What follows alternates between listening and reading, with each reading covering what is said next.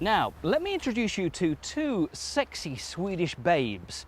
No, I'm not talking about the two girls from Ace of Base, nor, for those of you who like nostalgia, Agnetha or Anna-Frid from ABBA. So where are these two sexy Swedish babes? Well, they're here. Yes, the latest offerings from Saab and from Volvo.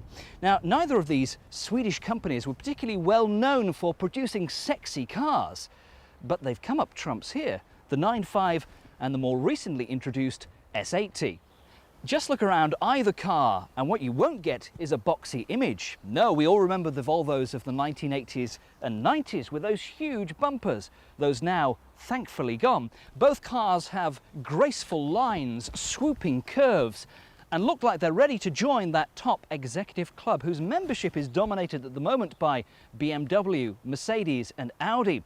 It is a difficult club to join. Both these cars are but a whisker away from it.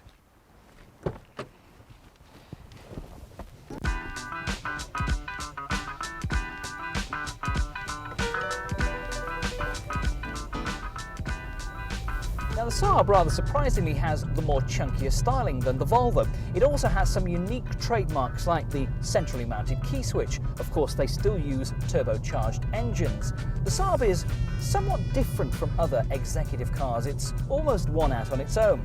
They also still have this great cockpit design which they push a lot in their television adverts. You can put a pilot in here, they say, and they wouldn't feel out of place. Everything is neat, close at hand and easy to use, the radio, the air conditioning controls.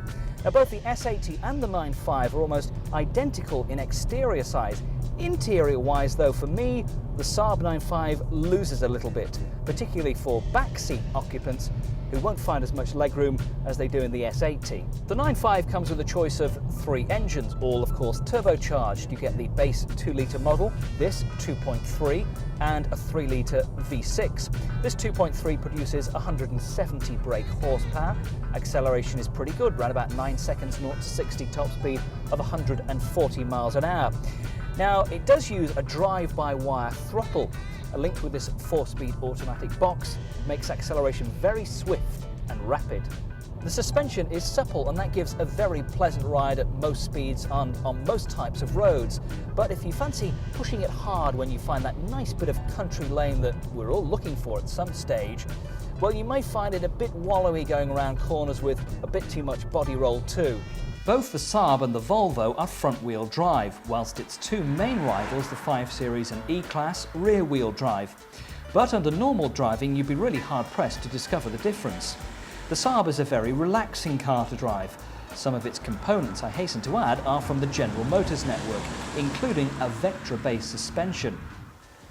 Equipment levels are high, with items like air conditioning, a quality stereo CD system, alloy wheels and dual airbags all standard. The Swedes certainly know how to offer a quality, well put together package. Prices for the 9.5 start at £23,000, rising to the Griffin V6, top of the range, at £30,000. Interestingly as well, Saab have finally decided to fit traction control, and it's now standard on all 9.5s.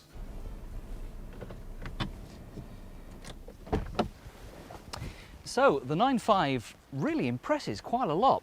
One advantage as well, if you need that load carrying capacity, is you can have a 9.5 estate. You can't have an estate at the moment, unfortunately, with the Volvo S80, but does it drive as well as the Saab?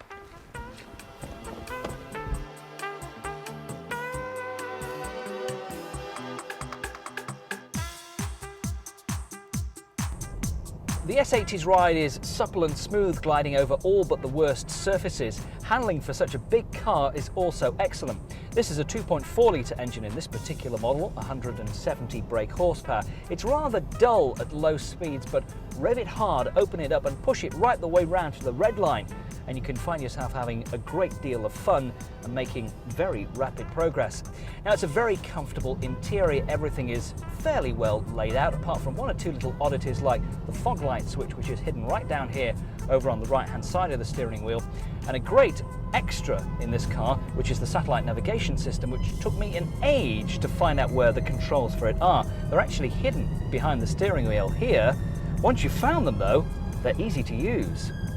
The seating position in the S80 gives you an amazingly wide range of options. There are two controls down on the side of the seat for tilt and forward positions, which takes you a while to actually get into just the right position, but once it's there, it's a lovely cosseting feel. The dashboard as well on the S80 reminds me very much of the 5 Series. That swooping curve there, particularly around the passenger area, is straight out of the 5 Series, surely.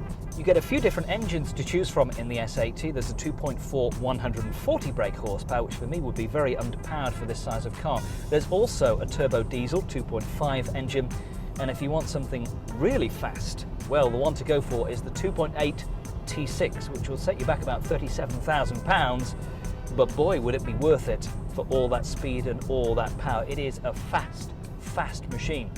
One interesting thing that Volvo have also decided not to do is come up with what we always know Volvo for, a large estate. There are no plans, so we're told at the moment, for an estate version of the S80. Saab do one for the 9.5, so surely it's bound to come for the S80. You would certainly think so. Despite the enormous popularity of Volvos over the years, you can't really imagine the S80 being actually designed by Volvo, but of course it has, and it's an important car for them. There's always been a big Volvo. Unfortunately, at the moment, there's no estate, but we'll see. Volvo's design director, Brit Peter Horbury, and his team are responsible for the great style of cars like the S80 and the C70 coupes. The S80 takes its cues from a concept car shown in Paris back in 1992. The brakes are excellent, with discs all round and reinforced with anti-locking and electronic brake distribution. If you're a Volvo fan, you'll certainly like the S80, but it's perhaps difficult to imagine a user chooser, as they're now called, people with their own budget who can choose their own company car, perhaps spending £25,000 to £30,000, picking an S80 over, say, a 5 Series or a Mercedes E-Class. If I were to take off all the badges from both of these cars and ask you to recognise them, you'd probably spot the 9.5 as being a Saab. Whether you'd spot the S80 as being a Volvo, I'm not so sure, which is testimony to the way that Volvo have come on leaps and bounds. Now, both of these vehicles are worthy enough to join that exclusive club in the executive sector currently dominated by the Germans.